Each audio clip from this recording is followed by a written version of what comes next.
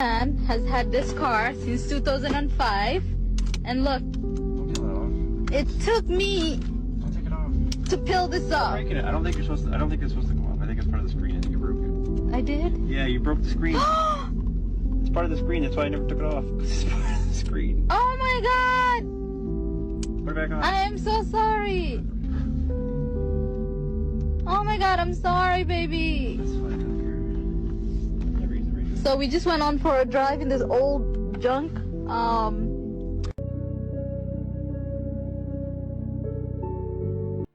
Can you imagine being married to this woman?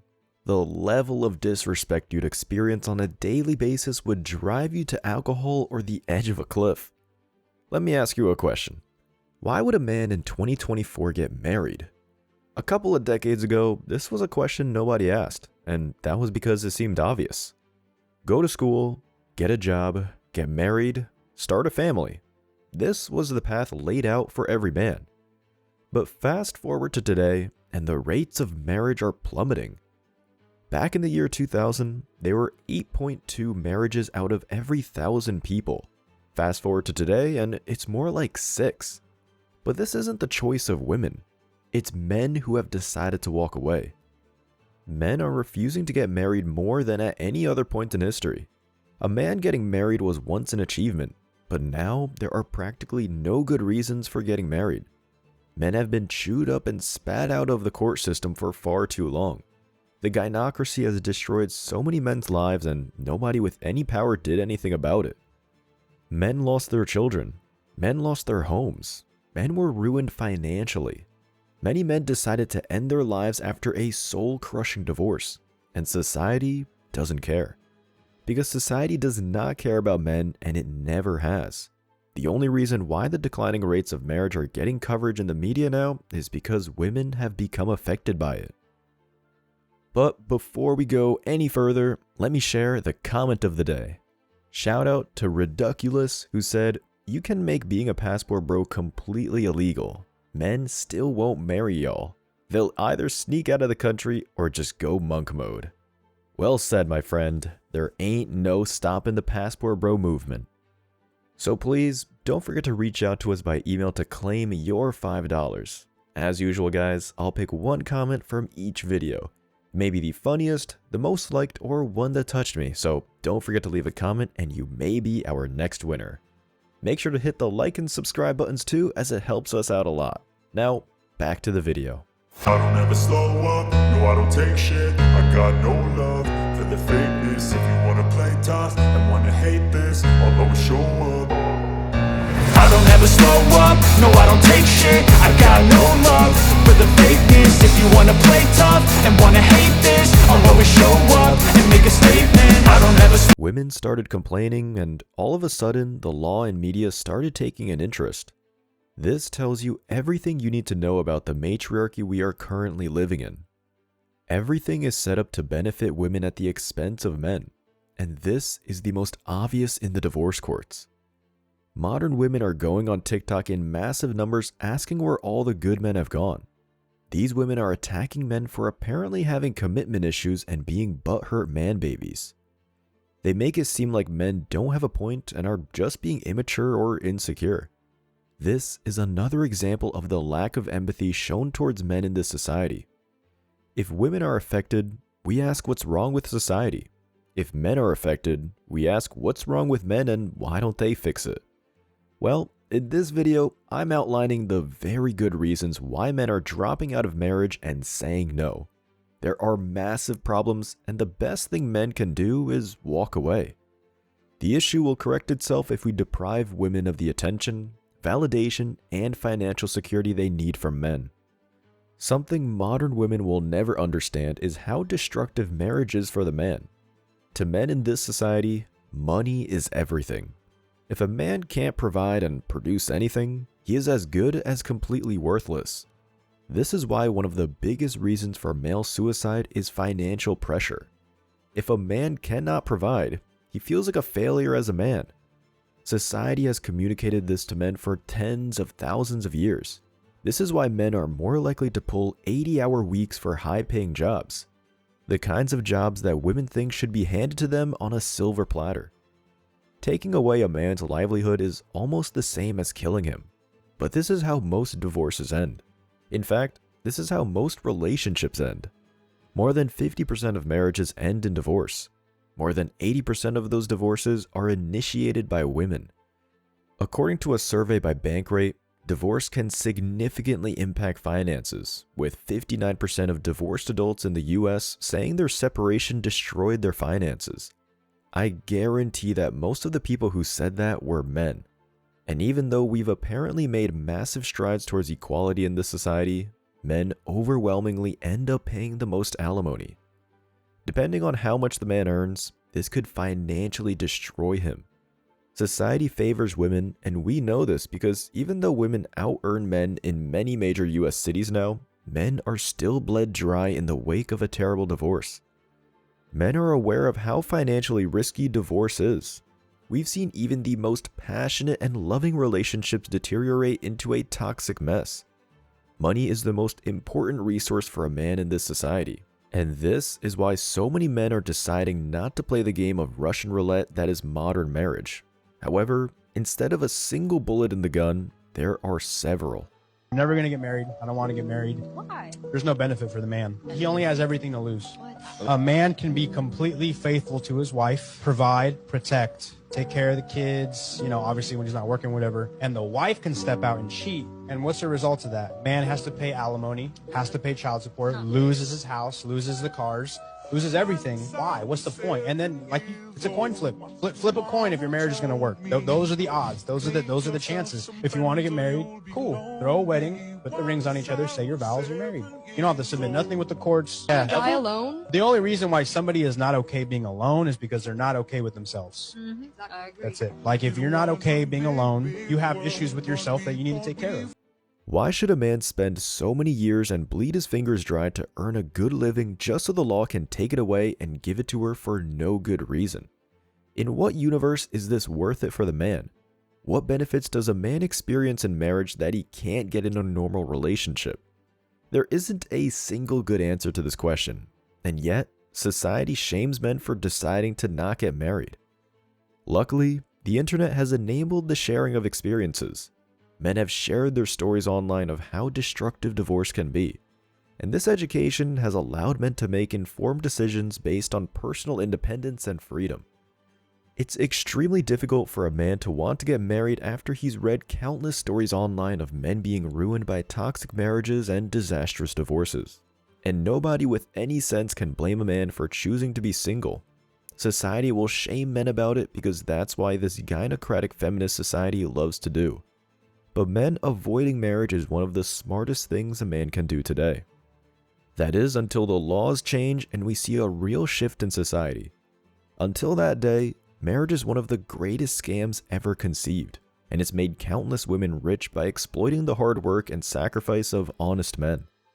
One of the greatest pieces of advice that my father ever gave me is this: the most important choice a man will ever make in his life is the woman he chooses to marry. As a kid, I didn't fully understand how on point he was.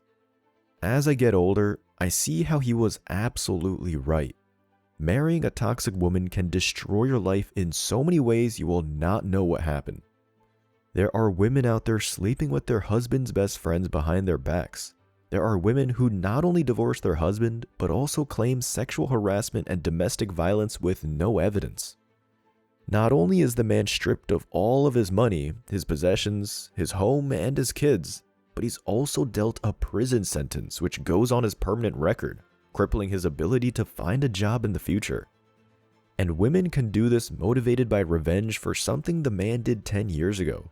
We have this Hollywood fairy tale stereotype in society that women are these precious and soft creatures incapable of doing damage. This is far from the truth. Women can be unbelievably vicious. Anyone who grew up with sisters knows what I'm talking about. The emotional and reputational damage that a woman can cause on a man is way worse than the physical damage that another man can cause him. Because of child rearing, women evolved to have an increased level of empathy, and this is precisely the skill she uses to destroy a man when she decides to. And in modern society, it's extremely difficult to know if the woman you're marrying isn't just hiding some dark side you're unaware of. women can be extremely effective at hiding their true intentions and motivations, and you won't know about it until it's too late. Men have become aware of this in recent years, and this is why many men are cautious about the women they invite into their lives. In the case of England versus Kaiser, when it comes to 6-month-old Isaac, England, it has been determined by this court. Mr. Kaiser, you are not the father. Are you sure? I'm sorry, Mr. Kaiser. You sure? Are you I'm sure? so sorry. Oh, I'm so sorry. It's gotta be a mistake, right? It's a mistake, right? I am so sorry, but it is not a mistake. You are not baby Isaac. But he can be his father. It doesn't matter if DNA or not. He can be that boy's father. Just because he has a daddy that don't care, why can't he be the daddy that does? We've been through hell and back. 6 years. We've been homeless together. We've had to struggle to get where we are now. I don't think it has to end because it's not his blood. Our other child he raises just fine. Hookup culture, social media, and toxic feminism have made most women unfit for long-term commitment and marriage. Nowadays, women are racking up insanely high body counts while expecting men not to care. But a woman who has been ran through by 100 men demonstrates qualities that no man would want in a partner. Bad impulse control, an inability to pair bond, monkey branching, a possible sex addiction, not to mention the Chad fantasy she'll be having in her mind while she's with you. Most modern women who have smashed a top 10% man will inevitably look at any other man she's with as a downgrade. This will affect their relationship in toxic ways, and the man she's with can't do anything about it. She'll constantly compare you to him. She may even harbor resentment and contempt towards you for not being him. She'll project her anger at not being able to tie him down onto you. The amount of emotional baggage a woman with a high body count will bring into the relationship is extreme. The truth is, if given the option, most men would choose a woman without that baggage. And despite what modern women say, it isn't because they are insecure about their masculinity, penis size, or bedroom performance. That's just cope. Social media has made women more validation hungry and approval addicted than ever before. A woman who is addicted to the sexual validation of thousands of strangers online is a woman who is unfit for a long-term partnership.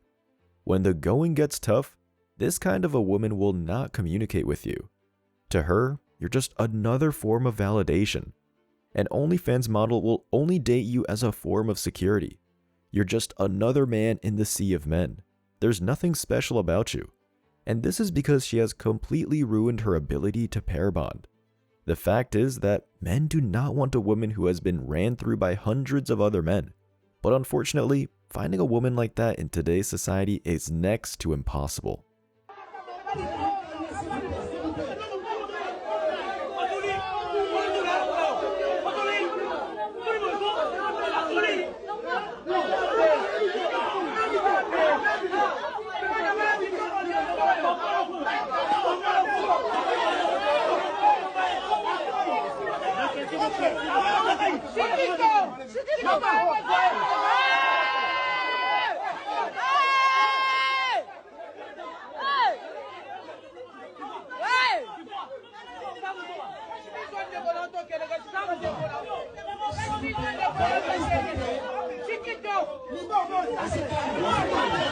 He cold. She belongs to the streets.